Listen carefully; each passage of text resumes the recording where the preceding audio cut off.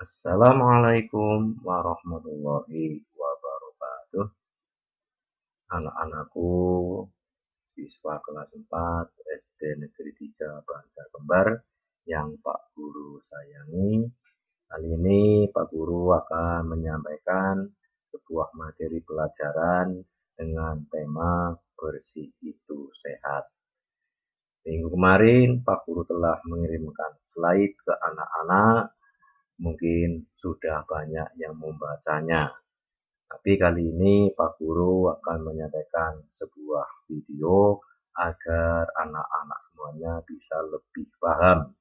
Sebab dalam materi tema bersih itu sehat ada materi yang penting Pak Guru terangkan agar anak-anak bisa lebih memahami materi ini.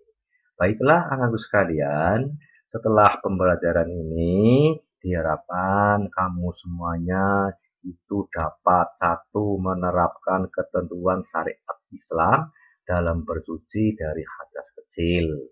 Dua, memahami tata cara bersuci dari hadas kecil.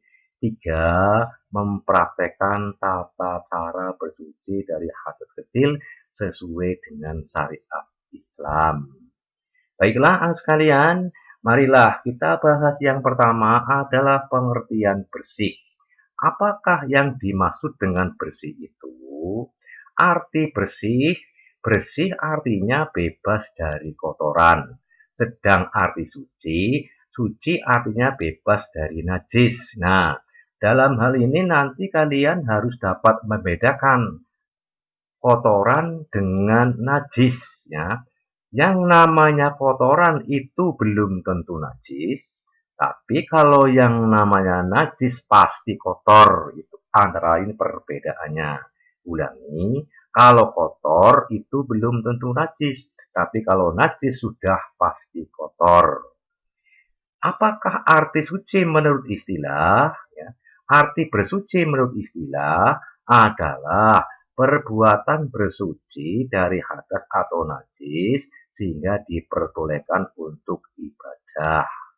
Jadi, yang dimaksud dengan bersuci adalah suatu perbuatan untuk menghilangkan hadas atau najis sehingga tidak menjadi penghalang orang untuk melakukan ibadah.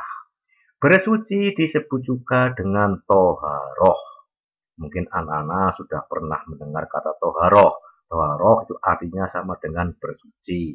Itu sama. Kemudian, marilah kita bahas yang berikutnya, pengertian hadas. Apakah yang dinamakan dengan hadas itu? Hadas adalah suatu keadaan yang tidak suci. Keadaan di mana? Keadaan badan kita maksudnya ya. Keadaan badan kita yang tidak suci yang menyebabkan seorang tidak boleh melaksanakan ibadah. Jadi, yang namanya hadas adalah menempel di badan kita yang menjadi penghalang untuk melakukan ibadah. Hadas ada dua macam. Satu, hadas kecil, yaitu peristiwa yang menjadikan seorang tidak suci sehingga menghalangi untuk melakukan ibadah. Contohnya apa? Orang yang terkena hadas kecil. Contohnya, orang yang habis buang air kecil. Nah, jadi kalau kalian setelah buang air kecil, maka kalian sudah terkena hadas kecil. Sebelum disucikan hadas kecil itu maka tidak boleh untuk melakukan ibadah, buang angin, buang air besar. Nah, jadi kalau kita setelah buang angin, buang air besar itu sudah terkena hadas kecil. Nah, cara mensucikan hadas kecil dengan cara bagaimana? Bersuci dari hadas kecil dengan cara berwudu atau tayamum bila tidak ada air atau dalam keadaan sakit. Nah, cara untuk menghilangkan hadas kecil adalah dengan cara berwudu atau tayamum. Tayamum adalah diperbolehkan bila tidak ada air atau dalam keadaan sakit. Kemudian berikutnya, dua hadas besar. yaitu suatu keadaan yang menjadikan tidak suci sehingga tidak boleh melakukan ibadah sebelum bersuci dengan mandi janabah atau mandi wajib. Itu suatu keadaan siapa? Keadaan badan kita, ya. Keadaan badan kita yang terkena hadas itu belum bisa melakukan ibadah kalau belum mandi janabah atau mandi wajib. Orang yang terkena hadas besar, contohnya orang yang bagaimana? Satu, contohnya ini orang yang habis melahirkan atau nifas. Jadi kalau orang yang baru melahirkan atau habis melahirkan itu disebut nifas, berarti terkena hadas besar. Dua, orang yang sedang haid atau datang bulan itu terkena hadas besar. Ini khususnya bagi perempuan. Cara bersucinya atau cara mensucikannya dengan mandi wajib atau mandi janabah. Kemudian berikutnya sekarang pengertian najis. Yang dimaksud najis adalah kotoran yang menjadi penghalang orang untuk beribadah seperti air seni, tinja. Tinja siapa? Tinja adalah kotoran manusia, kotoran binatang, nanah, darah, air liur anjing. Nah, ini yang namanya adalah najis.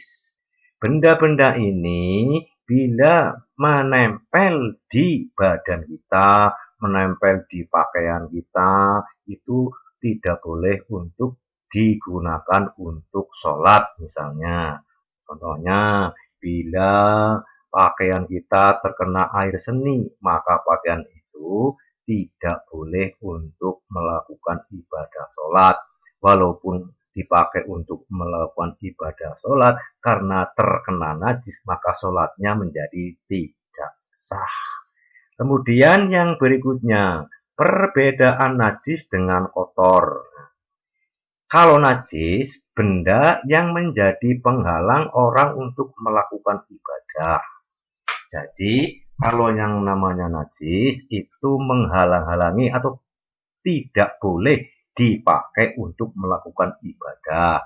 Tapi kalau kotor, benda yang tidak menjadi penghalang untuk melakukan ibadah seperti tinta, cat, saus, dan lain-lainnya. Seperti Pak Guru terangkan tadi, kalau najis misalnya air, kencing, tinja, kotoran hewan atau kotoran binatang, itu adalah najis. Tapi kalau kotor, benda tidak menjadi penghalang untuk melakukan ibadah seperti tinta, cat, saus, dan lain-lain.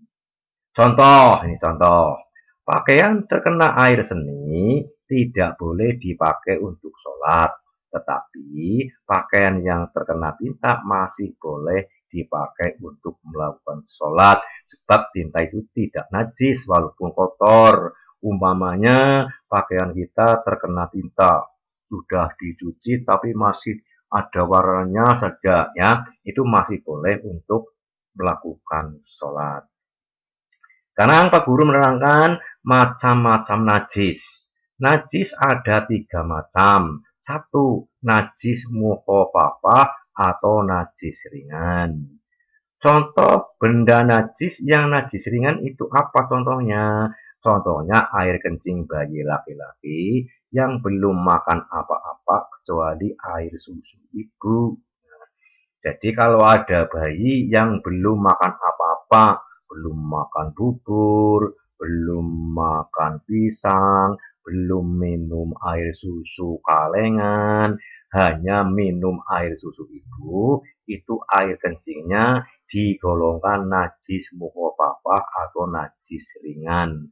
Cara mensucikannya bagaimana? Cara mensucikannya dengan memercikan air bagian yang terkena air kencing. Jadi cukup dicipratkan saja, ya, ke bagian yang terkena najis mukhafafah atau najis ringan atau terkena air kencing bayi laki-laki yang belum makan apa-apa kecuali air susu ibu.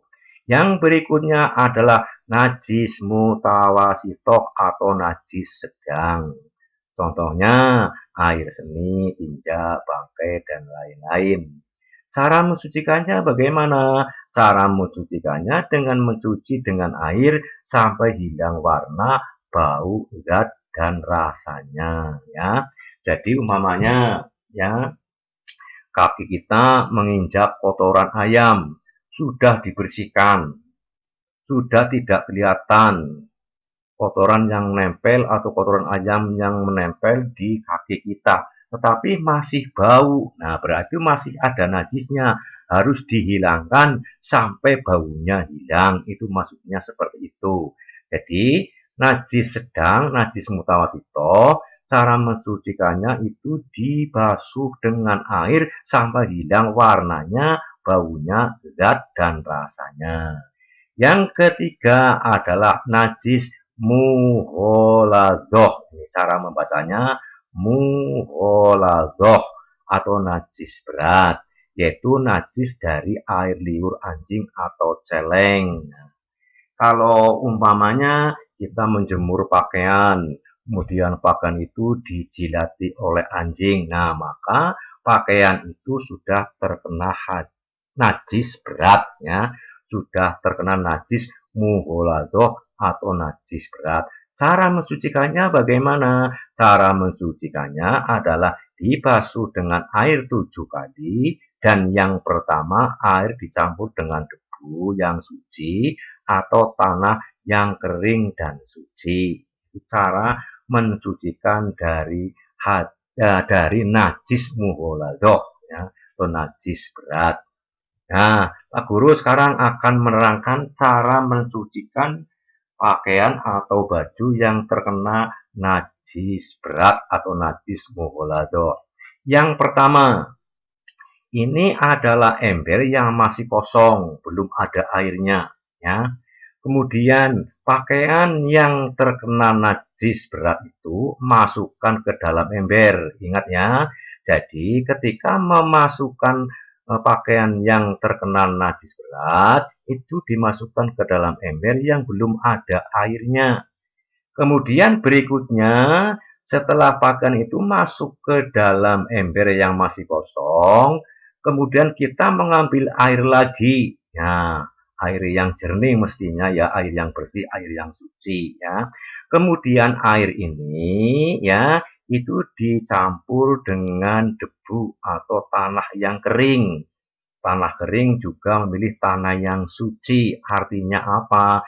Ya tanah yang mengambil kira-kira di situ tidak ada najisnya. Jangan mengambil tanah dari kandang ayam, itu jelas ada najisnya. Mengambil tanah dari kandang kerbau, itu mesti ada najisnya. Nah, setelah air ini dicampur dengan tanah yang kering, diaduk-aduk ya. Tidak usah banyak-banyak, cukup 1 genggam saja cukup ya.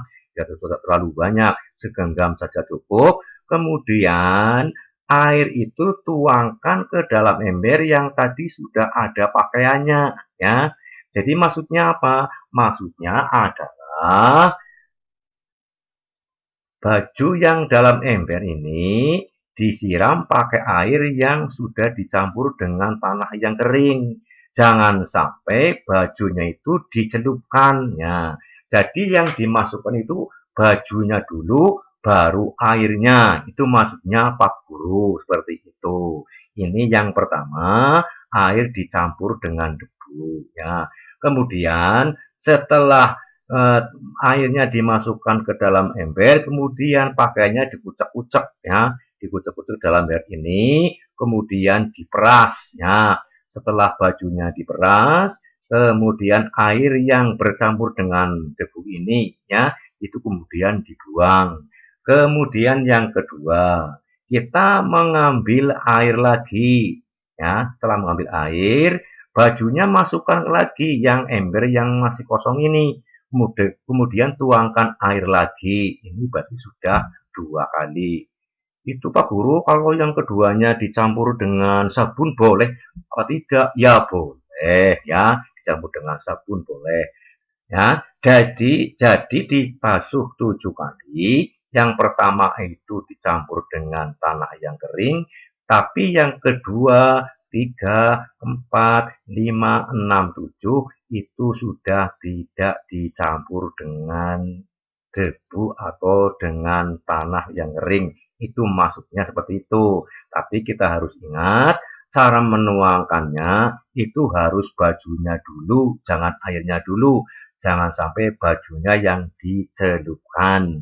Demikian cara mensucikan dari najis berat atau najis mughaladah. Mudah-mudahan anak bisa memahaminya. Untuk berikutnya, Pak Guru akan menyampaikan cara bersuci dari hadas kecil. Ya. Cara bersuci dengan hadas kecil itu dengan cara berwudu. Ya. Jadi berwudu adalah bersuci untuk menghilangkan hadas kecil. Nah, kalau berwudu itu menggunakan air. Sekarang air apa yang boleh untuk berwudu? Air yang boleh untuk berwudu adalah air yang suci dan menyucikan. Loh, apakah ada Pak Guru air yang suci tapi tidak menyucikan? Ada, contohnya air kelapa itu airnya suci dan bersih, tapi tidak boleh untuk berwudu. Kemudian air teh itu airnya suci dan bersih, tapi tidak boleh untuk berwudu. Maka air yang digunakan untuk berwudu adalah air yang suci dan mensucikan, dan air itu bersih. Ya, air apa saja kira-kira yang dapat untuk berwudu? Yang pertama contohnya air sumur, ya. Kalian mungkin di rumah sudah banyak yang mempunyai sumur. Air sumur ini boleh untuk berwudu. Kemudian yang kedua air hujan, ya, air hujan. Jadi kalau umpamanya sedang hujan, kamu berwudu ya, dengan air hujan yang menetes dari genteng, dari atap itu boleh, ya. Kemudian yang berikutnya adalah air sungai, ya, air sungai. Tapi kita harus memilih air sungai yang jernih, ya. Walaupun umpamanya air sungai itu tidak jernih, sedang kotor, itu tetap boleh untuk berwudu, tapi itu tidak sehat. Maka harus memilih air sungai yang jernih, tidak waktu dalam keadaan banjir. Contohnya ini adalah gambar air sungai yang sangat jernih. Mungkin air ini adalah dari pegunungan.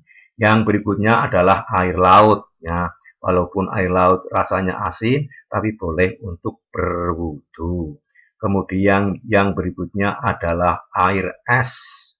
Es yang belum dicampur dengan gula, belum dicampur dengan sirup, itu boleh untuk berwudu. Jadi kalau es yang seperti ini dalam gambar, perhatikan, ini masih es balok, ini kalau mencair, airnya boleh untuk berwudu.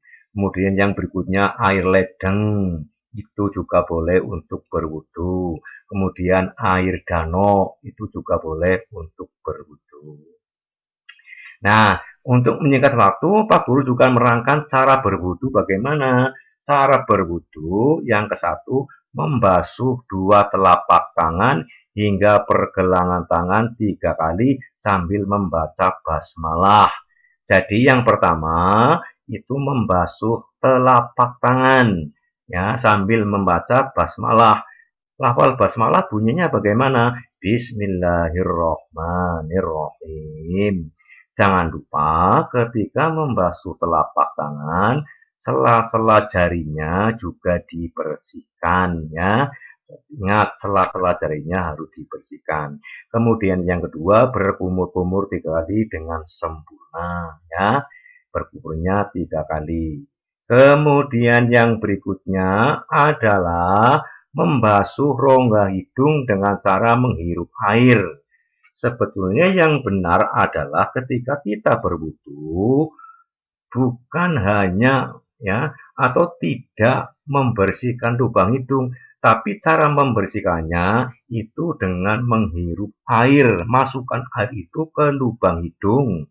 Kemudian setelah air itu sampai di lubang hidung, sebelum sampai ke tenggorokan, air itu kemudian dibuang ya. Tapi kalau belum bisa ya bolehlah membersihkan lubang hidung hanya dibersihkan dengan jari-jari yang sudah terkena air ya boleh, tapi kita harus latihan dengan cara yang benar, yaitu menghirup air masuk dalam lubang hidung. Kemudian yang berikutnya membasuh muka dengan sempurna sambil niat wudhu ya. Batas untuk membasuh muka adalah ujung dagu sebelah bawah dan tempat tumbuh rambut di atas kening sebelah atas. Batas sebelah kiri kanan yaitu pangkal telinga.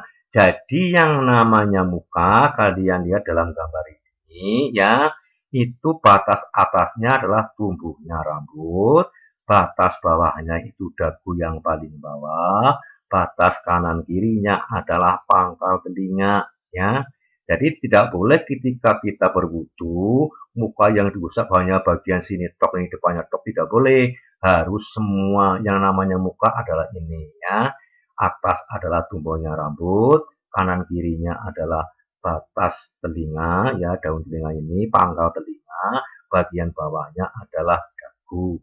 Jadi harus diusap semuanya agar wudunya itu menjadi sah. Kemudian yang berikutnya adalah ketika kita mengusap muka sambil membaca niat wudhu. Jadi niat wudhu itu dibaca ketika membasuh muka. Niatnya bagaimana? Nawaitul wudu'a birofail hadasil asghori fardol lillahi ta'ala. Nah, itu niat berwudhu. Saya belum hafal niatnya Pak Guru, apa boleh niat dengan bahasa Indonesia? Boleh, ya, boleh. Saya berniat wudhu membersihkan atau mensucikan dari hadas kecil lillahi ta'ala, itu juga boleh, ya. Jadi yang namanya niat itu boleh diucapkan, boleh sambil diucapkan, boleh juga hanya di dalam hati. Pakai bahasa Arab ya boleh, bahasa Indonesia ya boleh, tapi yang utama adalah dengan menggunakan bahasa Arab ya. Jadi niat wudhu itu dibaca ketika membasuh muka. Kemudian yang berikutnya membasuh dua tangan dari ujung jari tangan hingga siku. Lebihkan basuhan dari batas agar sempurna. Maksudnya ketika kita membasuh tangan itu dibasuh pertama tangan yang kanan dulu dari ujung jari sampai siku ya. Lebih sempurnanya itu dilebihkan sampai ke atas siku, itu maksudnya seperti itu. Batas minimalnya, batas paling sedikit itu sampai siku, tapi disempurnakan sampai di atas siku. Jangan lupa tangan bagian belakang, tangan bagian depan ya. Jangan belakangnya tok, harus diusap sampai semuanya terkena air. Setelah dibasuh yang kanan, gantian dengan tangan yang kiri juga seperti itu. Dari ujung jari sampai di atas sikunya. Jangan lupa tangan bagian depan, tangan bagian belakang harus terkena air. Untuk yang berikutnya adalah mengusap kepala atau sebagian kepala. Ketika kita mengusap kepala, itu boleh semuanya, boleh sebagian saja ya. Yang dimaksud di sini adalah bukan mengusap rambut ya, tapi mengusap kepala. Jadi yang diusap adalah kepalanya ya, bukan rambutnya. Sebab nanti kalau mengusap rambut, bagaimana orang yang tidak punya rambut? Apa ada orang yang tidak punya rambut? Ada. Orang yang botak itu kan tidak punya rambut ya, berarti tidak wajib mengusap ya, tetap tidak seperti itu. Jadi yang benar adalah mengusap kepala. Sebagian saja boleh, seluruhnya juga boleh. Yang sempurna itu apa? Yang sempurna diusap semuanya, semua bagian kepala. Kemudian setelah mengusap kepala, dilanjutkan dengan membersihkan dua daun telinga, bagian luar dan dalam. Lihat gambar, bagian dalamnya pakai ujung jari ya, pakai ujung jari, pakai jari telunjuk. Jari telunjuk masukkan ke dalam lubang, kemudian ibu jarinya itu membersihkan daun telinganya ya, berulang-ulang selama 3 kali. Kemudian yang berikutnya adalah diwajibkan membasuh dua kaki dari ujung telapak kaki hingga mata kaki. Lebihkan basuhan dari batasnya agar sempurna. Maksudnya apa? ketika kita membasuh kaki, itu dari ujung jari kaki sampai mata kaki itu batasan paling sedikit, tapi kita dianjurkan untuk melebihkan basuhannya sampai di atas mata kaki agar wudhunya bisa sempurna ya. Itu cara membasuh kaki, dibasuh yang kanan dulu ya, yang kanan. Untuk lebih sempurnanya lagi, ketika kita membasuh kaki kanan, mengusapnya dengan tangan kiri ya, jadi bolak-balik. Kalau pas kaki kanan dibasuh dengan tangan kiri. Ketika kita membasuh kaki kiri, dibasuh dengan tangan kanan ya, itu agar kita lebih sempurna. Kemudian yang berikutnya adalah kita setelah selesai berwudu, kita membaca doa. Doanya bagaimana? Doa setelah wudu. Nih tulisannya ya. Saya bacakan ya, Pak Guru bacakan. Asyhadu an la ilaha illallah wahdahu la syarikalah wa asyhadu anna Muhammadan abduhu wa rasuluh. Allahumma ij'alni minat tawwabina waj'alni minal mutatahhirin waj'alni min ibadikas shodiqin. Ini adalah doa setelah berwudu. Oh, saya belum apa doanya Pak Guru. Apa kalau tidak berdoa itu wudunya tidak sah? Kalau kita setelah wudu tidak berdoa, wudunya tetap sah.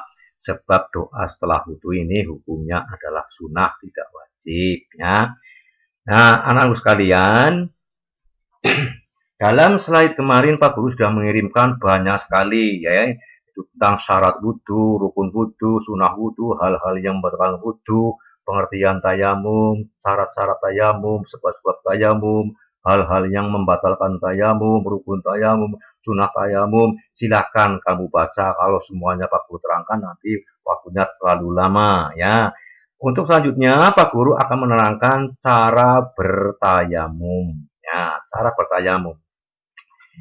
Sudah Pak Guru terangkan tadi, yang namanya tayamum adalah sebagai pengganti wudu apabila satu, tidak ada air, atau mungkin ada air tapi airnya hanya cukup untuk minum atau untuk memasak. Nah, tidak boleh dipaksakan lah orang tidak masak nggak apa-apa untuk berwudu, tidak boleh ya. Nanti kalau kita tidak masak, kalau tidak minum, kita tidak bisa hidup ya. Jadi kalau airnya ada tapi hanya cukup untuk masak dan minum ya, itu boleh untuk bertayamum.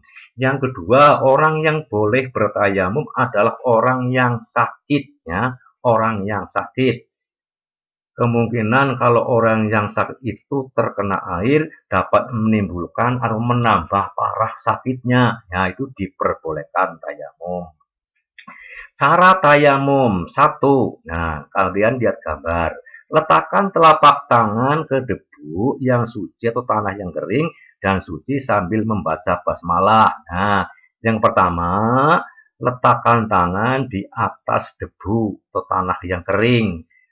Cara meletakkannya tidak usah keras-keras menekannya, asal nempel saja ya, asal nempel saja. Kemudian setelah tangan diletakkan, kemudian yang kedua, tepukan tangan sambil ditiup agar debu tidak terlalu tebal atau terlalu banyak. Setelah tangan ditempelkan, yang kedua ditepukan ya, sambil ditiup ya. Kemudian yang berikutnya, setelah ditepukan dan ditiup, usapkan ke muka ya, ke bagian muka ya, sambil membaca niat tayamum. Nawaitu tayamuma li istibahatis sholati fardhol lillahi ta'ala. Nah, niat tayamum ya. Cukup satu kali saja ya, cukup satu kali saja karena ini tayamum. Kemudian setelah diusapkan ke muka, yang berikutnya letakkan kembali telapak tangan ke atas debu ya. Seperti tadi yang pertama, tidak usah terlalu menekan dengan keras-keras, asal nempel saja. Setelah itu kemudian tepukan dan tiup lagi ya. Setelah itu tepukan, ditiup lagi. Kemudian yang berikutnya setelah ditiup atau ditepuk dan ditepukan, usapkan ke tangan kanan dan kiri sampai siku, ya, tangan sampai siku, bagian tangan belakang, bagian tangan depan.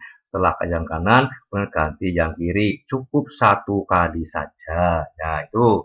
Jadi kalau dalam berwudu itu dibasuh selama 3 kali, tetapi kalau dalam tayamum cukup 1 kali saja. Itu. Kemudian, ya, sekarang perbedaan wudu dengan tayamum. Dalam tayamum hanya diusap 1 kali saja, sedangkan dalam berwudu dibasuh 3 kali. Sedangkan dalam berwudu, nah ini kurang dalam ya, dalam berwudu dibasuh 3 kali. Perbedaan yang kedua, kalau tayamum hanya boleh dipakai untuk 1 kali sholat, sedangkan kalau wudu boleh dipakai untuk beberapa sholat, ya, beberapa kali sholat asal belum batal. Maksudnya bagaimana? Contoh, saya mau sholat maghrib dengan cara berwudu, ya. Sebelum maghrib kita berwudu.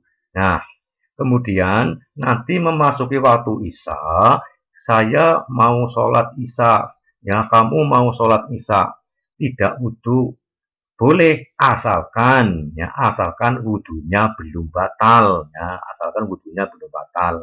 Jadi kalau dalam berwudu itu boleh dipakai untuk beberapa kali sholat asal belum batal. Tetapi kalau tayamum itu hanya dipakai untuk 1 kali sholat. Contohnya ketika maghrib kita tayamum, ya.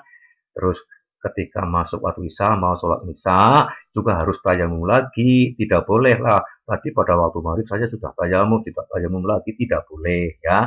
Jadi tayamum itu hanya dipakai untuk 1 kali sholat. Demikian keterangan Pak Guru, mudah-mudahan dapat dipahami.